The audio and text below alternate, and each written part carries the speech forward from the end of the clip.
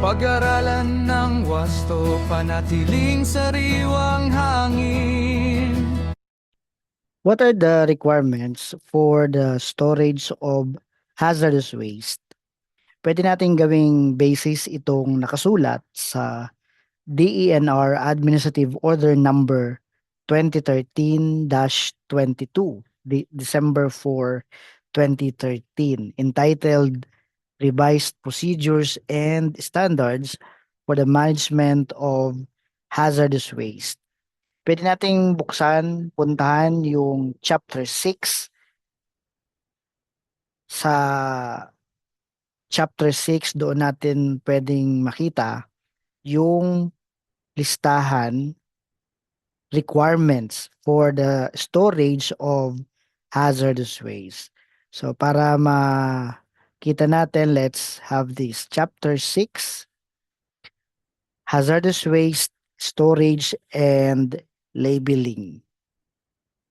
Ano ba ang nakalagay dito? Unang-una na sinasambit dito 6.1, storage facilities, waste generators, transporters, and TSD facilities storing hazardous waste shall comply with the requirements detailed in the succeeding sections.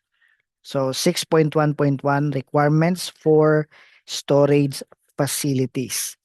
At a minimum, storage facility shall meet the following requirements. Meron tayo ditong 8 na requirements. So number 1 or letter A, be accessible in case of emergency and for purposes of inspection and monitoring. So totoo naman pagka ang storage area mo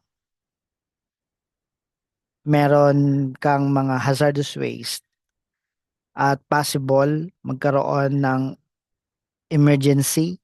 So dapat accessible in case of emergency and for purposes of inspection and monitoring. So to prevent untoward emergency, dapat may inspection and monitoring na ginagawa.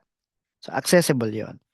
And then number 2, letter B, be enclosed but adequately ventilated. Number 3, have floors that are impermeable to liquids and resistant to attack by chemicals, not slippery and constructed to retain spillages.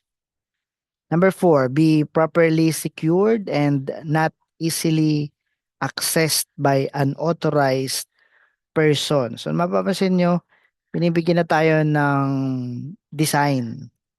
Kung merong professional na pwedeng gumawa ng ah, structure, napapansin na mayroong ventilation, mayroong flooring, at mayroong partition or pagkakaroon ng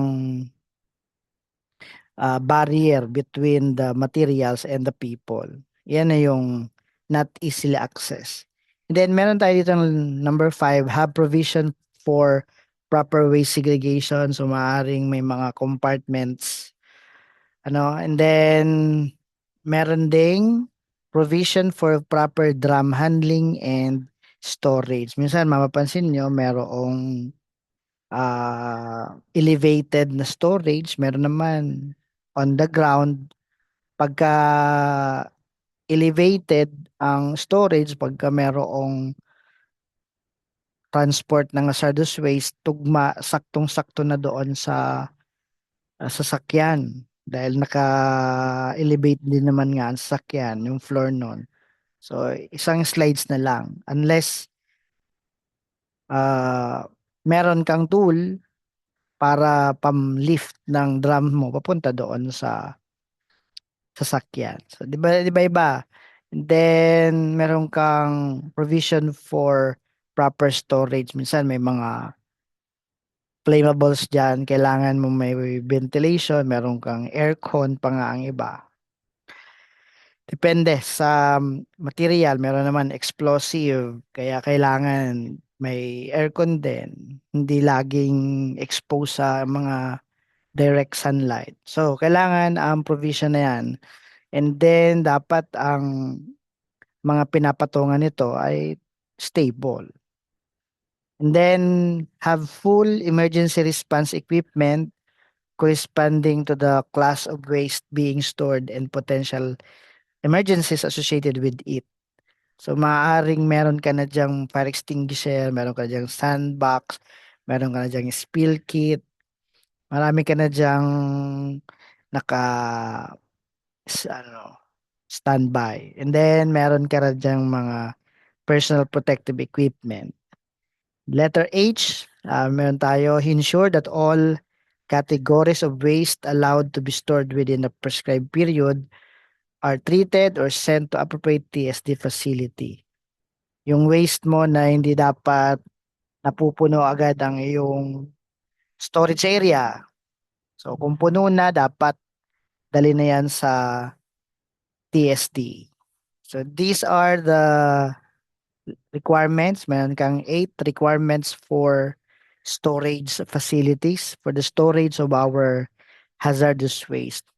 At kung ipapagawa mo ito, yung physical structure, dapat meron ng compliance dito sa 6.1.1 requirements for storage facilities under DNR Administrative Order 2013-22 or the revised procedures and standards for the management of hazardous waste.